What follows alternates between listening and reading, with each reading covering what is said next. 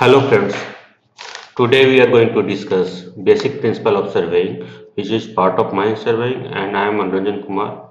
So we'll start with the video lecture.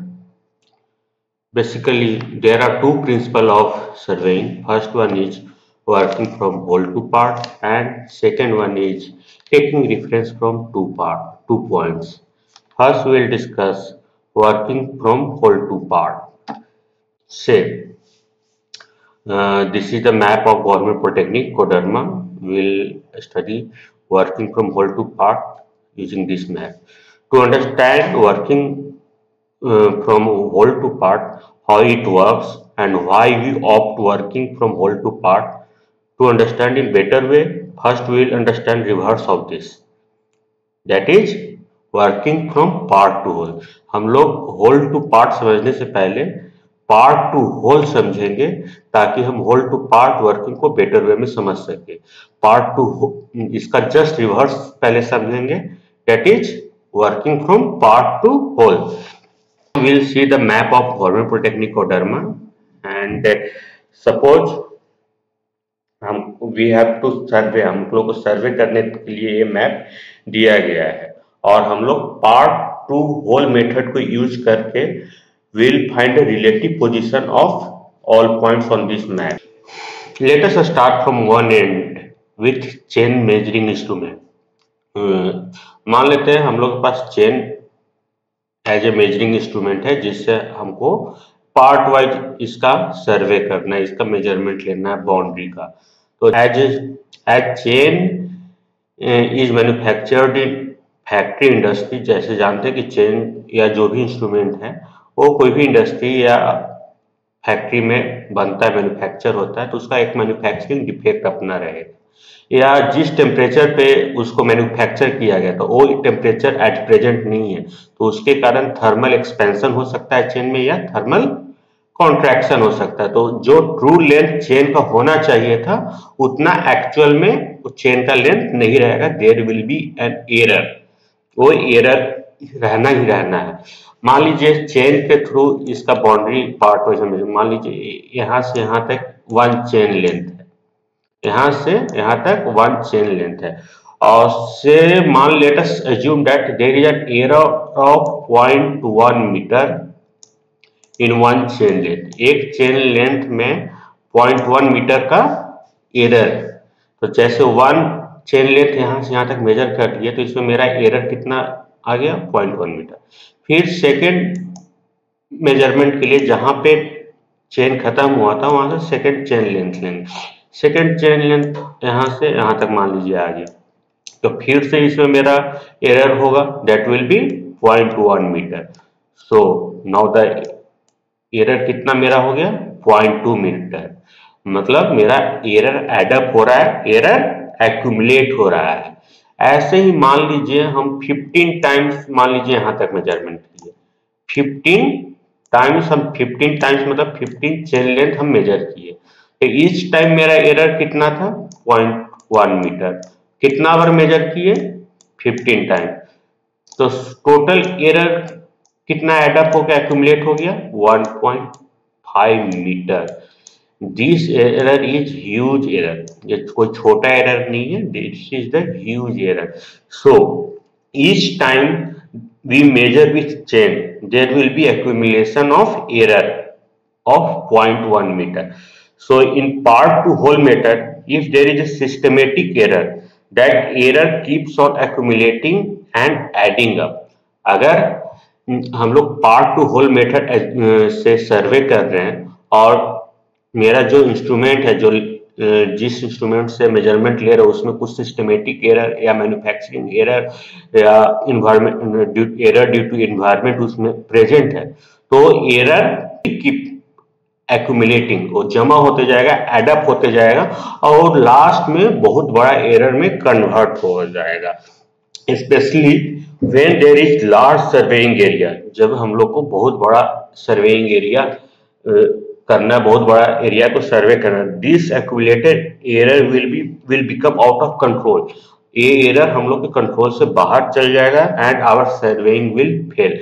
जो हम लोग सर्वे किए हुए रहेंगे डाटा हम लोग को कोई यूज का नहीं रहेगा क्योंकि वो बहुत सारा एरर अपने साथ उस सर्वे में लेके आएगा। सो यहाँ पे मेरा working from part to whole fails.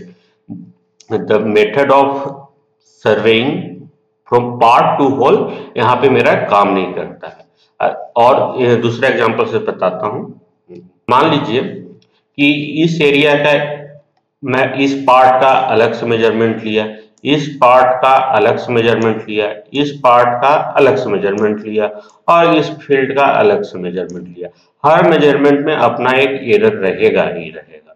Her measurement में या वो ह्यूमन एरर हो या मैन्युफैक्चरिंग इंस्ट्रूमेंट्स का एरर हो या टेम्परेचर इन्वायरमेंटल कंडीशन की वजह से एरर हो, हर पार्ट में कुछ ना कुछ, मान लीजिए इसमें एक्स एरर एक्यूमुलेट हुआ, इसमें वाई एरर एक्यूमुलेट हुआ, इसमें जेड एरर एक्यूमुलेट हुआ, इसमें कुछ और मान लीजिए क्यू एरर एक्यूमुलेट हुआ। तो टोटल सर्वे एरिया में मेरा ये एडअप हो जाएगा पार्ट वाइज में। तो so part to whole method यहाँ पे मेरा काम नहीं करता है। तो इसीलिए हम लोग जो मेथड यूज करते हैं वो क्या रहता है, working from whole to part. उसमें क्या करते हैं देखते हैं। In working of whole to part we establish control points. जैसे देखिए पहला कंट्रोल पॉइंट्स मैं एस्टैब्लिश कर लिया, और एक control points are measured with high accuracy and high precision method. मतलब ये इसका जो पोजीशन है, इसका जो पोजीशन है हम बहुत बारीकी से हाई प्रिसीजन और एक्यूरेसी के साथ इसका लोकेशन को डिटरमाइन करेंगे। फिर वैसे सेकंड कंट्रोल पॉइंट को मैं किया, तो सेकंड कंट्रोल पॉइंट का भी जो रिलेटिव पोजीशन है उसको high accuracy and high precision के साथ मेजर करके इसका पोजीशन लोकेट किया। ऐसे ही नंबर ऑफ एक नेटवर्क ऑफ कंट्रोल पॉइंट्स हम लोग बनाएंगे। जैसे हम लोग देख सकते हैं एक नेटवर्क ऑफ कंट्रोल पॉइंट्स हम लोग बना लिए हैं। We have number of control points, so we are forming a network of control points by high precision method। High precision instruments को यूज करके मैंने ये सारे पॉइंट्स को लोकेट कर लिया है। इसका पोजीशन और लोकेशन और रिलेटिव पोजीशन रिलेटिव डिस्टेंस में एक्यूरेसी 100% के बराबर होना चाहिए, एरर 0 ना के बराबर होना चाहिए। So all points are marked by high precision method. The error in relative position of these points will be minimum, almost 0. So we'll form a network। इसके बाद अदर कंट्रोल पॉइंट जो हम लोग बनाएंगे, मान लीजिए हमको इस पॉइंट का इस बिल्डिंग का, इस पॉइंट का इस बिल्डिंग का हम लोग को डिस्टेंस या रिलेटिव पोजीशन एस्टेब्लिश करना है। तो हम लोग ये जो एक्यूरेटली मेजर्ड कंट्रोल पॉइंट है उसके रेस्पेक्ट में उसका लोकेशन या रिलेटिव पोजीशन निकालेंगे। वो कैसे निकालेंगे, हम लोग नंबर ऑफ ट्रायंगल फॉर्म करेंगे कंट्रोल पॉइंट से। देखिए ये सारे कंट्रोल पॉइंट्स को मैं ज्वाइन कर रहा हूँ, सारे कंट्रोल पॉइंट्स को मैं ज्वाइन कर रहा हूँ, सारे कंट्रोल पॉइंट्स मेरे तो ज्वाइन हो गए। तो देख सकते हैं कि हम नेटवर्क ऑफ ट्रायंगल्स फॉर्म कर रहे हैं, नेटवर्क ऑफ ट्रायंगल फॉर्म कर रहे हैं। जैसे हमको का लोकेशन पता करना है, तो एक कंट्रोल पॉइंट और एक कंट्रोल पॉइंट का लोकेशन फिक्स्ड है, ये दोनों के बीच का डिस्टेंस एक्यूरेट है। तो इस दोनों के रिस्पेक्ट में मैं ट्रायंगल फॉर्म करके एक इधर से आर्क लगाया, एक इधर से आर्क लगा के इस पॉइंट का मैं लोकेशन फाइंड कर सकता हूँ, या इससे परपेंडिकुलर लाइन बना के मैं इसका लोकेशन फाइंड कर सकता हूँ, और लेस प्रिसीजन इंस्ट्रूमेंट के साथ। तो जो मेरा एरर होगा यहाँ पे एरर वो लोकलाइज्ड रहेगा। यहाँ इस पॉइंट का रिलेटिव पोजीशन रिलेटिव मेजरमेंट करने के लिए मैं लेस प्रिसीजन इंस्ट्रूमेंट यूज कर सकता हूँ, और यहाँ पे मेरा एरर लोकलाइज रहेगा। पूरा नेटवर्क में, पूरा सर्वे एरिया में मेरा एरर प्रोपोगेट नहीं करेगा और मिनिमम से मिनिमम एरर रहेगा।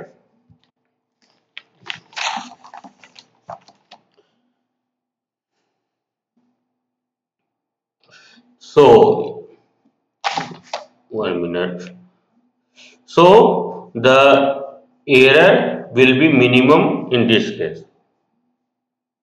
इसलिए हम लोग working from whole to part को ऑप्ट करते हैं, क्योंकि इसमें जिस एरिया मेरा एरर लोकलाइज्ड हो जाता है, एक्यूमुलेट नहीं होता है। जैसे पार्ट टू होल में क्या हो रहा था, मेरा एरर एक्यूमुलेट हो रहा था, और इसमें एरर उसी एरिया में लोकलाइज्ड हो जा रहा है। मान लीजिए इस बिल्डिंग का मेजर कर रहे हैं, तो हम इस कंट्रोल पॉइंट और इस कंट्रोल पॉइंट को यूज करते हुए, या इस कंट्रोल पॉइंट या इस कंट्रोल पॉइंट को यूज करते हुए मैं इसका लोकेशन फाइंड कर सकता हूं। तो मेरा एरर यहाँ पे क्या रहेगा, मिनिमम हो जाएगा, लोकलाइज हो जाएगा, मेरा पूरा नेटवर्क में एरर प्रोपोगेट नहीं करेगा। इसलिए हम लोग होल टू पार्ट वर्क करते हैं। इसका और डिटेल थ्योरी पार्ट मैं नेक्स्ट लेक्चर में बताऊंगा। Thank you.